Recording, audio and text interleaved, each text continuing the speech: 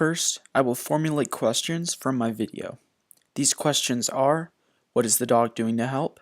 And how does the task performed by the dog benefit the owner? The first task we will be analyzing is pull. What is the dog doing and how does it benefit the owner? Evaluating the information in the video, we can see that the dog pulls on the veteran, helping the veteran get up from his or her chair. This can help the veteran get up out of their chair if they have mobility issues. Comparing and contrasting, if the service dog wasn't there to help the veteran would have a much harder time getting up from the seated position. An alternative way that the service animal could have helped the veteran up could be by standing alongside the chair of the veteran and the veteran using him for support to help him get up off the chair. The second task is item retrieval. In the video, we can see that the dog can retrieve an item that the veteran might have dropped or can't grasp an item that is in another room. This helps the veteran because if a veteran were to drop a pill bottle, the dog can get it for the veteran. Also, if the veteran might need their phone to contact somebody, the dog can retrieve it. If the service animal wasn't there to help the veteran, then the veteran could risk falling while reaching down to pick up an object.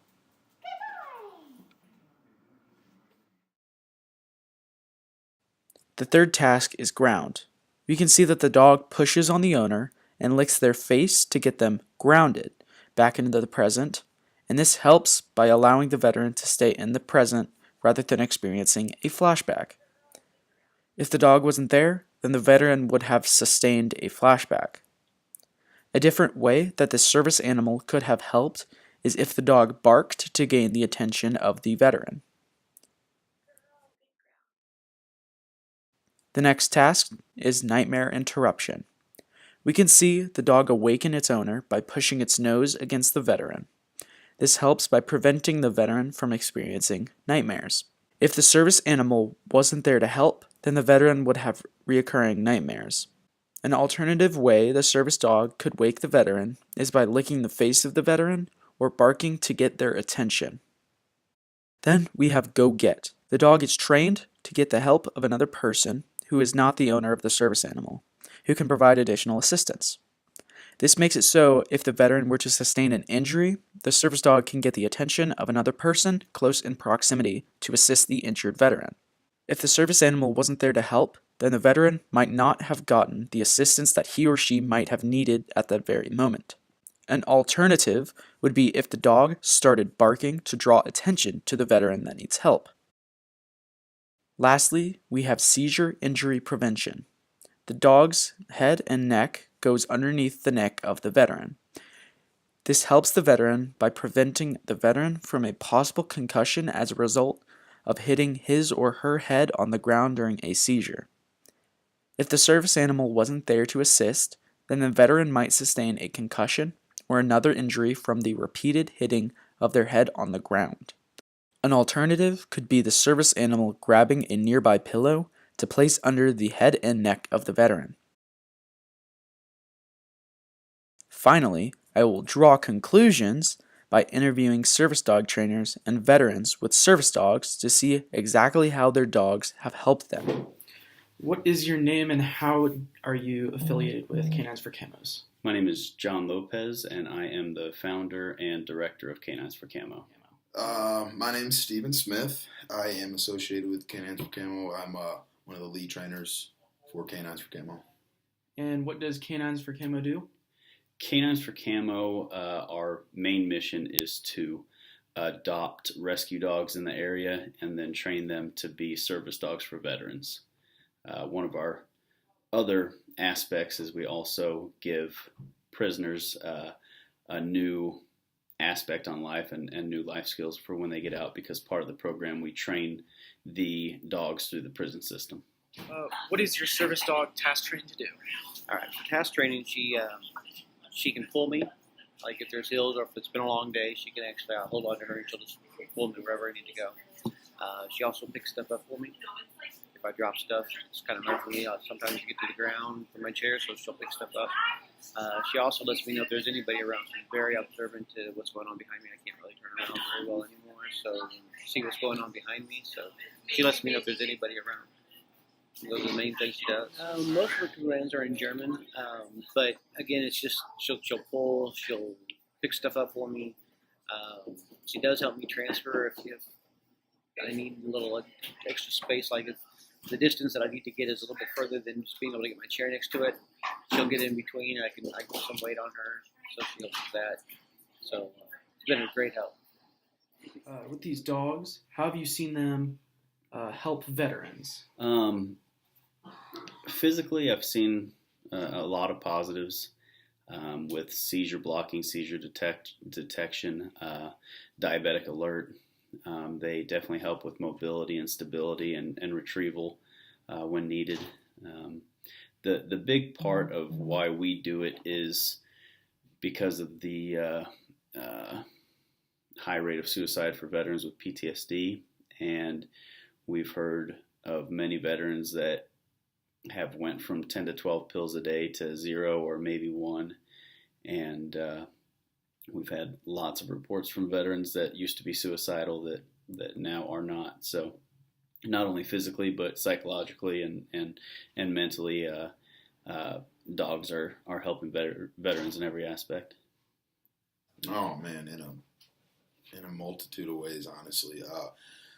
The biggest way is, I mean, I get pretty close with all the veterans that I work with, and I mean, from the time that they get the dog to me continuously working with them, you can just, the closer the bond gets with their dog,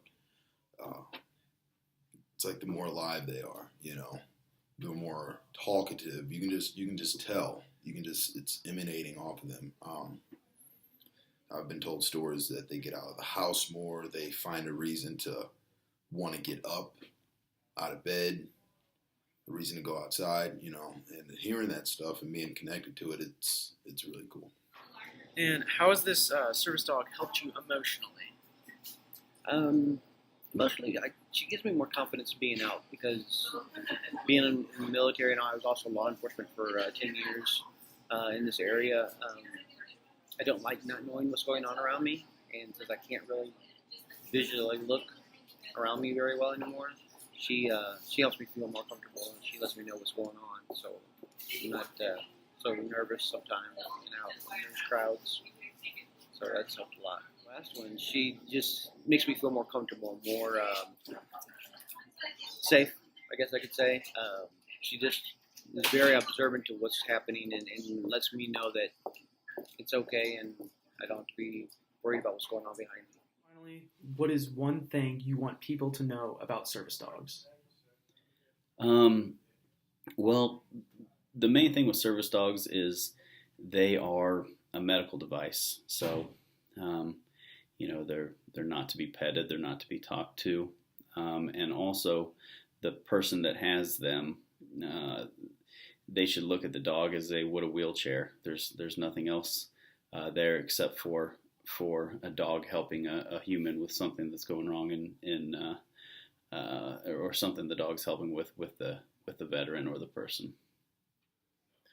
Whether or not you see the job that they're doing a job. It's a big misconception that disabilities have to be visible,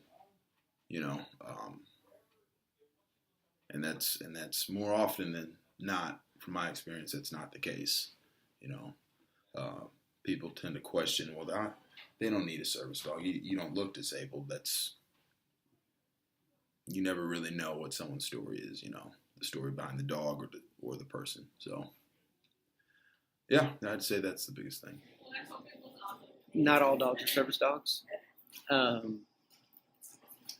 would think the biggest thing that I would want, and it's really not on my side of it, it's more on the retail side of it.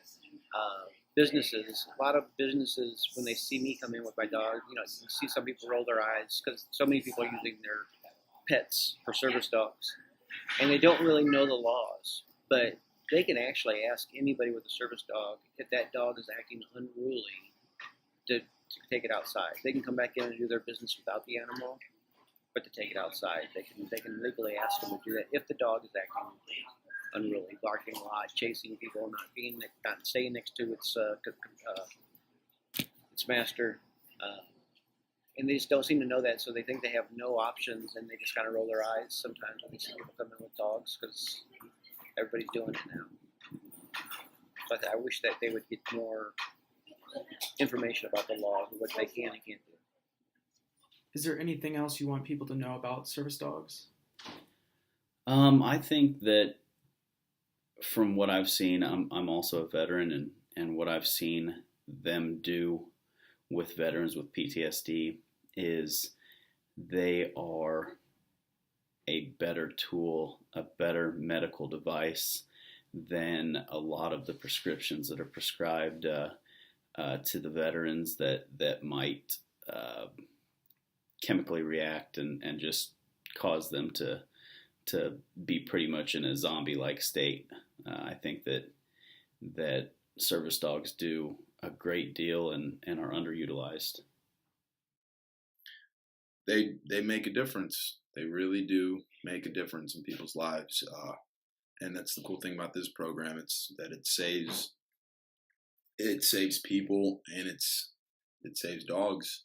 These dogs are dogs that would have otherwise been put down, neglected and not, they're just, no one wanted them.